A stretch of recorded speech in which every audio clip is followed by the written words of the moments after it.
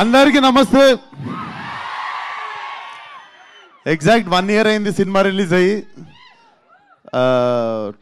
March 22 దాటితే అరే ఒక 1 year అయిపోయింది సినిమా రిలీజ్ లేక అని ఫీల్ అవుతుండే నేను. సో 1 year ఎండ్ కాకముందే I'm coming with 1 more film, Gaami. So మేము ఇది స్టార్ట్ చేసినప్పుడు సరిగ్గా నా పేరు కూడా మీకు తెలీదు, అప్పుడు స్టార్ట్ చేసాము. బట్ బలంగా నమ్మింది ఏంటంటే ఒక్క మనిషిని, Vidyadhar. This man had a vision. అది ఎంత క్లియర్ విజన్ ఉండే అంటే, నేను బేసిక్గా నేరేషన్స్ ఏంటా, ఈ సినిమా నాకు మనిషిని కలిసినప్పుడే అర్థమైంది నేరేషన్ ఇయ్యలేడని. అంటే చాలామంది ఎగ్జాజరేట్ చేసి చెప్తారు ఏం లేకపోయినా, ఒక నేరేషన్లో చాలా మిస్మానిపులేట్ అవ్వచ్చు మనము.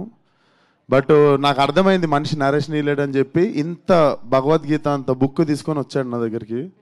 అండ్ నా ఎదురుగానే టీచర్లా కూర్చుంటే మార్నింగ్ నుండి ఈవినింగ్ వరకు చదివి నేను ఈ సినిమా చేస్తున్నా అని చెప్పినుండే. నాకు అన్ని సినిమాలు ఇచ్చిన కిక్ వేరు.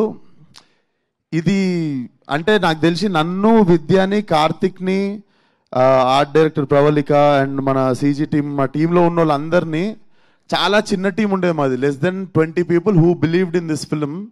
అండ్ అక్కడ నుండి స్టార్ట్ అయ్యి today watching it on big screen feel so proud. And అన్ని చెప్తున్నా కదా, అన్ని సినిమాలు వేరు.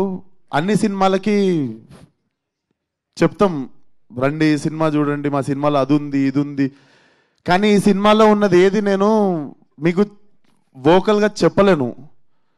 నేను మీకు ఓపెన్గా చెప్పగలిగేది ఒకటే, మీకు మాస్ డైలాగులు ఉండవు, ఐటమ్ సాంగ్ ఉండదు, మొత్తం థియేటర్లు లేచిపెట్టేట్టు విజిల్ కొట్టే ఫైట్లు ఉండవు. కాకపోతే ఇవన్నీ ఇచ్చిన ఎక్స్పీరియన్స్ మీకు సెకండ్ హాఫ్లో ఖచ్చితంగా ఉంటుంది. అది డెఫినెట్లీ తెలుగు సినిమా నుండి, తెలుగు సినిమాని రిప్రజెంట్ చేసే ప్రతి ఫిలిం మేకర్ ప్రౌడ్గా ఫీల్ అయ్యే సినిమా మాత్రం ఖచ్చితంగా అవుతుంది గామి. డెఫినెట్లీ ఈ సినిమా వర్కౌట్ అయితే చాలా మంది కొత్త ఫిలిం మేకర్స్ వస్తారు. చాలా అంటే సినిమా రిలీజ్ తర్వాత మా మేకింగ్ తెలిసిన తర్వాత మీరు ఇంకా ఎగ్జైట్ అవుతారు. సో బేసిక్గా ఒక పని చేద్దామని డిసైడ్ అయిన తర్వాత కారణాలు, ఎక్స్క్యూజెస్ పెట్టుకొని ఇంట్లో కూర్చుంటే సినిమాలు అవ్వవు. He fought for it. 10% మిగిలిన టీం కష్టం ఉంటే 90% కష్టం విద్యాధర్ది. So this film belongs to Vidyadhar. And thank you so much అన్న.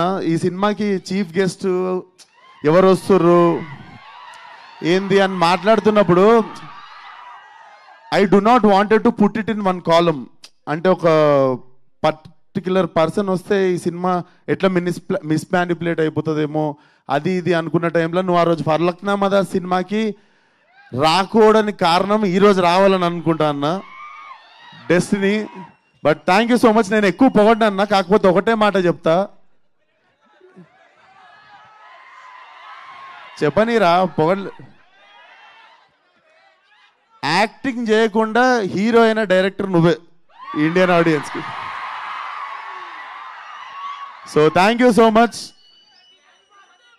తెలుగు వాళ్ళు అందరూ తలెత్తుకునేటట్టు రాజమౌళి గారు చేస్తే, తెలుగు వాళ్ళందరూ కాలర్ ఎత్తుకునేటట్టు నువ్వు చేసినావు. So thank you for existing, పుట్టినందుకు థ్యాంక్స్. అండ్ వంశీ అన్న, థ్యాంక్ యూ సో మచ్ అన్న. ఈ సినిమాకి మేము స్టార్ట్ చేసినప్పుడు మేమందరం కలిసి చేసుకుంటుంటే ఇంకొక బ్యాక్ బోన్ ఎవరన్నా కావాలి అనుకున్న టైంలో సడన్గా ఒకరోజు ఫోన్ చేసి వంశీ అన్న సినిమా తీసుకుంటానగానే కథం సినిమా రిలీజ్ అయిపోతుందని ఆరామ్ అయిపోయిన ఉండే. Thank you so much for believing in this film అన్న. And Karthik, thank you so much. And he is so loyal to his investors. Crowd funding సినిమాని స్టార్ట్ చేసిండు. మేము ఎవరం ఎన్ని మాట్లాడినా కార్తిక్ నోట్ నుండి ఫస్ట్ వచ్చే పదం thanks to the crowd who believed in them even when I was not part of that film. So crowd నుండి ఫండ్ చేసిన వాళ్ళందరికీ కూడా చాలా చాలా పెద్ద థ్యాంక్స్. అండ్ ఫైనల్లీ మా ఫ్యామిలీ, అక్కడ మా మమ్మీ, డాడీ, అక్క అక్కడ ఉన్నారు.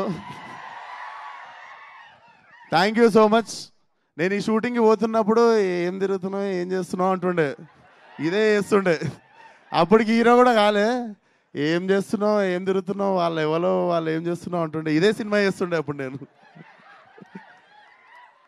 So thank you daddy, thank you అమ్మ, థ్యాంక్ యూ అక్క. నాకు లైఫ్లో ఎంత పెద్ద ప్రాబ్లం వచ్చినా వాళ్ళ ముగ్గురు ముఖం చూస్తే నాకు ప్రతి ప్రాబ్లం చిన్నగా కనిపిస్తుంది. So thank you for always believing in me. Love you మీ ముగ్గురికి. ఇంకా మాట్లాడదాం. ప్రీ రిలీజ్ ఉంది March 8th.